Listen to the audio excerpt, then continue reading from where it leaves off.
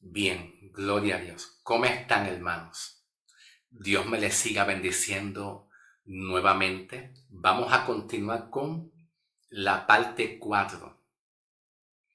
La parte 4, de acuerdo a Apocalipsis 3:10. Y en respuesta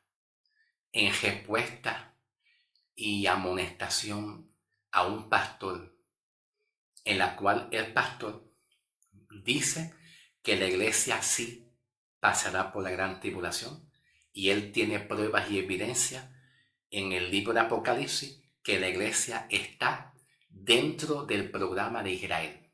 Él tiene evidencia de eso, y estoy pues corrigiendo y amonestando estas enseñanzas. No tiene nada que ver con asunto personal, sino corrigiendo y amonestando con amor ciertas enseñanzas doctrinales que es necesario hacerlas. Solamente eso, ¿ok? Bien, vamos a continuar con la parte 4, ¿ok? En la parte 3 yo hablé del capítulo 7 de Apocalipsis, del 1 al 4, porque ahí se habla del remanente de Israel, no la iglesia, no la iglesia, sino del remanente de Israel. Y es evidente que cuando Juan habla a las 7 iglesias del continente de Asia, Juan escribe a estas 7 iglesias comenzando el capítulo 2 y finalizando el capítulo 3. Finalizando el capítulo 3. Ya como para el capítulo 4 de Apocalipsis, del capítulo 4 en adelante, ya no hay más iglesia. ¿Ok? Ya no hay más iglesia. ¿Ok? Ya del capítulo 4 en adelante, la iglesia está en el cielo. Ha sido separada y librada de la ira que vendrá. Ya del capítulo 4 en adelante, pues ya no hay más iglesia, y ahora estamos aquí en el capítulo 7, donde el pastor en el audio alega decir que aquí está la iglesia. Aquí no está la iglesia. Aquí está el remanente de Israel. Entonces, habíamos hablado en el video 3, habíamos hablado que estos 144,000 sellados es un remanente de Israel que fue separado y fue sellado. Y al ser sellado indica que ellos están separados, protegidos, la cobertura la tienen ellos. La protección de Dios la tienen ellos, por eso fueron sellados, para identificar, para que sean ellos identificados entre el remanente de los paganos, que no son sellados y que ellos serán condenados. Este remanente de los 144,000 sellados, que son 144,000 judíos, tienen una misión, y la misión es predicar durante el periodo del tiempo en la gran tribulación. Ya durante el periodo de tiempo de la gran tribulación, aquí ya no hay más iglesia, ni hay gentiles. El programa de Dios no es con los gentiles paganos, ni mucho menos con la iglesia, que antes eran gentiles, pero que ya son el cuerpo de Cristo. Aquí no hay gentiles para que Dios trabaje con ellos. Aquí no hay iglesia para que Dios siga trabajando. Aquí está el programa que Dios diseñó para Israel. ¿Ok? Bien. Vamos entonces a trabajar aquí el capítulo 7, pero averiguar y saber cuál es este remanente que se habla en el versículo 9. Vamos a leerlo. Dice así: Después de esto miré, y he aquí una gran multitud en la cual nadie podía contar, de toda nación y tribu y pueblo y lenguas, que estaban delante del trono y en la presencia del Cordero, vestido de ropas blancas y con palmas en las manos. En el versículo 13, más adelante, y el versículo 14, dice así. Ok, 13. Entonces uno de los ancianos habló diciéndome, estos que están vestidos de ropa blanca, ¿quiénes son y de dónde han venido? Y yo les dije, Señor, tú lo sabes. Y él me dijo, estos son los que han salido de la gran tribulación y han lavado sus ropas y las han emblanquecido en la sangre del Cordero. El audio del pastor dice, que esta es la iglesia, pero no es la iglesia. Si estos 144,000 judíos que estaban separados por Dios y sellados para ser protegidos de la ira de Dios, si estos 144,000 no es Israel, entonces el versículo 9 y el versículo 14, lo que han salido de la gran tribulación, tampoco son Israel. No es Israel. Vamos a averiguar quiénes son. ¿Ok? Bien, vamos a poner el audio del pastor, va a ver qué es lo que él dice. Que la iglesia sí estará. Apocalipsis capítulo 7 en adelante vemos cuando Juan ve la gran multitud que va y le pregunta a Dios, Juan, ¿quiénes son? Y le dice, Señor, tú sabes. Y le dice Dios, ellos son los que han salido de la gran tribulación. Mateo capítulo 24, 1 en adelante, tú lees toda la historia en el 29, después de toda la... Bien. ¿Quiénes son esta multitud? Es un remanente de los santos del Antiguo Testamento que se le dio la promesa número 1 de ser resucitados. Se le dio la promesa de ser resucitados. No es un remanente de la iglesia. ¿Ok? Así que aquí cuando se habla en el versículo 9 de esta multitud, es un remanente del Antiguo Testamento que se le dio promesa de resucitarlo. Para esto hay que trabajar bien las 5 etapas de la resurrección. Las 5 etapas de la resurrección, porque aquí se está hablando de una etapa de la resurrección, pero no es para la iglesia. No es para la iglesia. Vamos a ver primero las 5 etapas de la resurrección hasta llegar hasta esta etapa de la resurrección en el periodo de tiempo de la gran tribulación. ¿Ok? Primero vamos a comenzar con las 5 etapas de la resurrección. En 1 Corintios 15, 22. 15, 22. Dice así. Porque así como en Adán todos mueren, también en Cristo todos serán vivificados. Pero cada uno en su debido orden. Número 1, Cristo. Después de Cristo hay una coma. Cristo está dentro de la primera etapa de la resurrección de Cristo, que es la resurrección de Cristo. Empieza con Cristo. Ahora va la número 2, la siguiente. Las primicias. Las primicias, luego lo que son de Cristo. Lo que son de Cristo tiene que ver con la tercera etapa de la resurrección. Y eso lo que son de Cristo, que es la tercera etapa de la resurrección, la tercera, tiene que ver con el momento o el tiempo del arrebatamiento, con el arrebatamiento de la iglesia. Por lo tanto, dice Cristo, la primera resurrección. Las primicias tienen que ver con un grupo de hombres que murieron en el tiempo de Jesús y que fueron resucitados por el mismo Jesús. Esas son las primicias. Luego, como yo le dije, luego lo que son de Cristo en su venida, que es el arrebatamiento.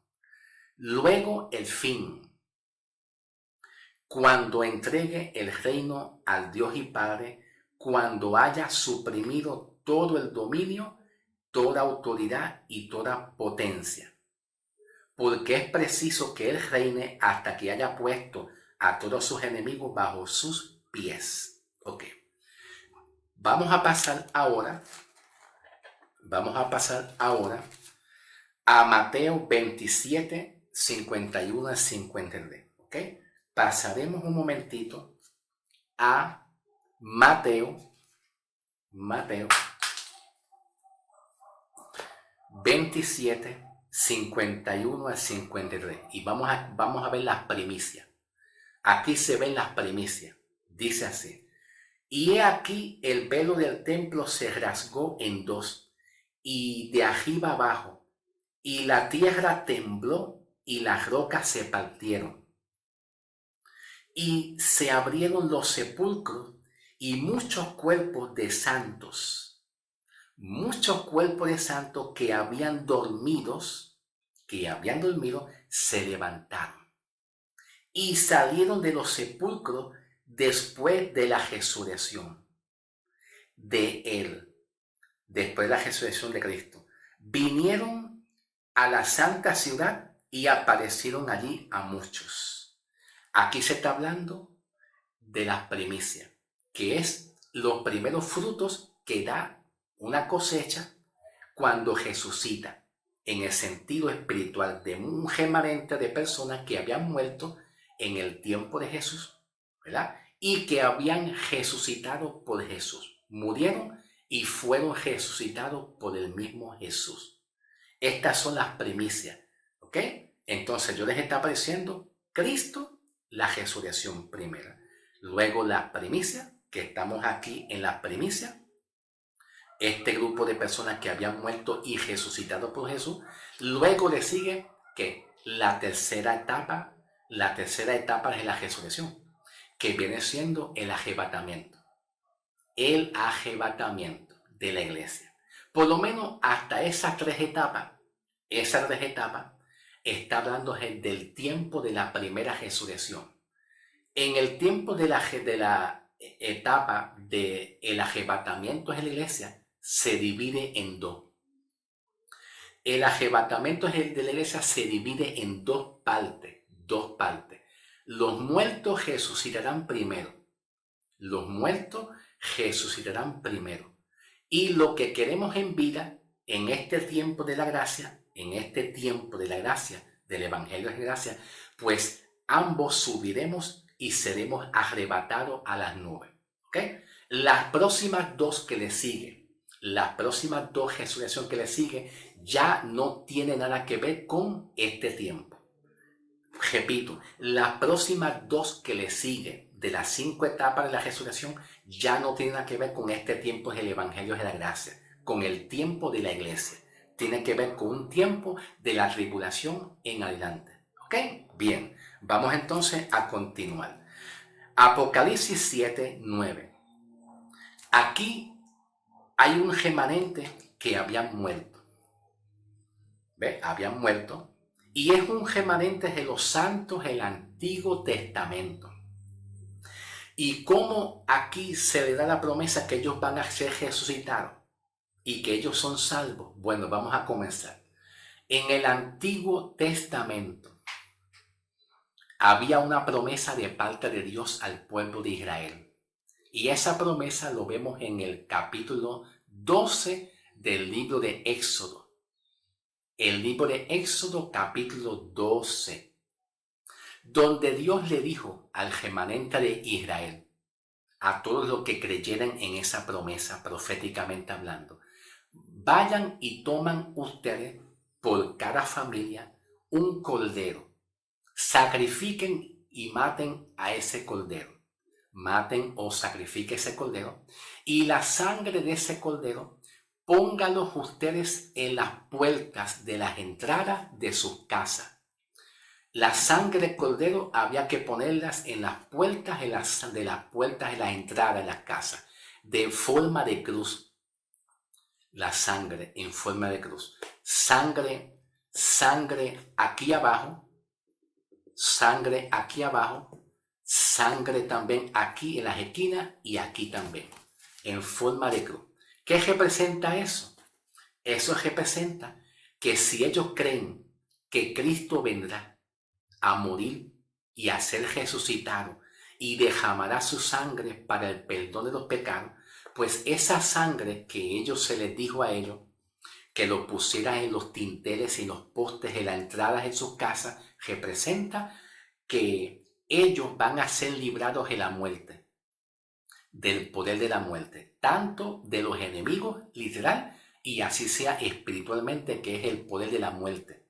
El poder de la muerte no tendrá dominio sobre ellos. ¿Por qué? Porque esa sangre era una representación, una tipología o representación que cuando Cristo muera en la cruz del Calvario, si ellos creen de corazón, si ellos creen en su corazón y mantienen firme esa promesa, aunque hayan muerto, no importa. Aunque ellos nunca pudieron alcanzar a ver a Cristo personalmente, pero con solamente creer de corazón en esa promesa, ellos serán salvos. Muchos de los santos del Antiguo Testamento fueron salvos y mantuvieron esa promesa. Tal vez no todos, pero muchos de ellos. Pues este remanente aquí, que se está hablando aquí, es una multitud grande, de nación grande, poderosa, que tiene que ver con el Israel de Dios en el Antiguo Testamento, que decidió creer en esa promesa y que habían muerto. Entonces, como habían muerto, se les dio la promesa de ellos ser resucitados. Vamos a ver el contexto. Vamos a ir a ver el contexto, porque esto es un tema muy profundo, muy largo. ¿Por dónde voy? Ok, está bien. Vamos a ir al capítulo 6 de Apocalipsis, versículo 9 hasta el 11. Capítulo 6 de Apocalipsis, del 9 hasta el 11. Vamos a comenzar a leerlo, ¿ok? Estamos en el contexto, ¿ok? Cuando abrió el quinto sello, aquí dice Juan, en la visión que él tuvo, dice Juan, vi. Dice Juan aquí que vi. Bajo el altar las almas de los que habían sido muertos. Dice Juan que vio debajo del altar las almas de los que habían sido muertos por causa de la palabra de Dios. Por causa de la palabra de Dios y por el testimonio que ellos tenían. Ellos guardaron su testimonio. Ellos no negaron a Dios. Ellos no negaron la promesa que se le dio a ellos de creer en Jesucristo. Aunque ellos no pudieron alcanzar esa promesa físicamente, pero por creerla de corazón y la fe, pues ellos fueron salvos. A ver, entonces dice, vi bajo el altar las almas de los que habían sido muertos por causa de la palabra de Dios y por el testimonio que ellos tenían, y clamaban ellos a gran voz, diciendo, ¿hasta cuándo, Señor santo y verdadero, no juzgará y vengará nuestra sangre en lo que moran en la tierra? Ellos estaban pidiendo justicia de sus enemigos, porque el pueblo de Israel siempre estaba en batalla con sus enemigos, los filisteos, los amorreos y todos los enemigos de los gentiles que eran enemigos. También tiene que ver mucho con un tiempo donde estaba gobernando mucho Roma, Persia, los Medo Persia, estaban los imperios también en contra de Israel. Entonces aquí dice, ¿hasta cuándo, Señor, tú no vas a hacer justicia? Dios va a hacer justicia y llegará el momento que sus enemigos van a estar puestos debajo de sus pies. Así lo expresa la palabra. Los enemigos de Israel van a estar debajo de los pies de Cristo. Cristo pisará debajo de sus pies a sus enemigos con el propósito de reinar con ellos en el tiempo cuando llegue el reinado milenial. Okay. En el versículo 11 dice, y se le dieron vestiduras blancas y se les dijo que descansasen todavía un poquito más de tiempo hasta que se completara el número de sus consiervos y de sus hermanos que también habrían de ser muertos como ellos. Pregunta, dice, ¿quiénes son esos números de sus consiervos y de sus hermanos? ¿Quiénes? Pues otros remanentes que son mártires, que ellos habrán de morir en el periodo de tiempo en la gran tribulación. ¿Ven? Ellos también habrán de morir igual que ellos, que los santos del Antiguo Testamento murieron. Pues entonces se le dijo, hasta que se complete el número de sus consiervos y de sus hermanos, que también habrían de morir como ellos habían muerto. Se le dijo que descansaran un poco más. Ellos no están atormentados. Ellos no peligran su salvación. Ellos van a ser resucitados. van a ser resucitados en esta etapa, ¿verdad? Pero no es en la etapa del tiempo de la gracia. No es en la etapa del periodo de tiempo de la iglesia. No, porque aquí no está la iglesia. La iglesia es un tiempo diferente a Israel. Es un tiempo diferente a Israel. ¿Por dónde voy? Bien. Entonces, estos santos serán resucitados en el periodo de tiempo de la gran tribulación, antes que venga Cristo a establecer su reinado milenial. Entonces, vamos allá al contexto. Ya saben ustedes que aquí se está hablando de un remanente de los santos del Antiguo Testamento. Y se le dice que descansaran un tiempo más, así Dios le dijo, hasta que se complete el número de sus consiervos y de sus hermanos, que también van a morir como ellos murieron. Entonces, ese número de sus consiervos y de sus hermanos son otro remanente del mismo pueblo de Israel.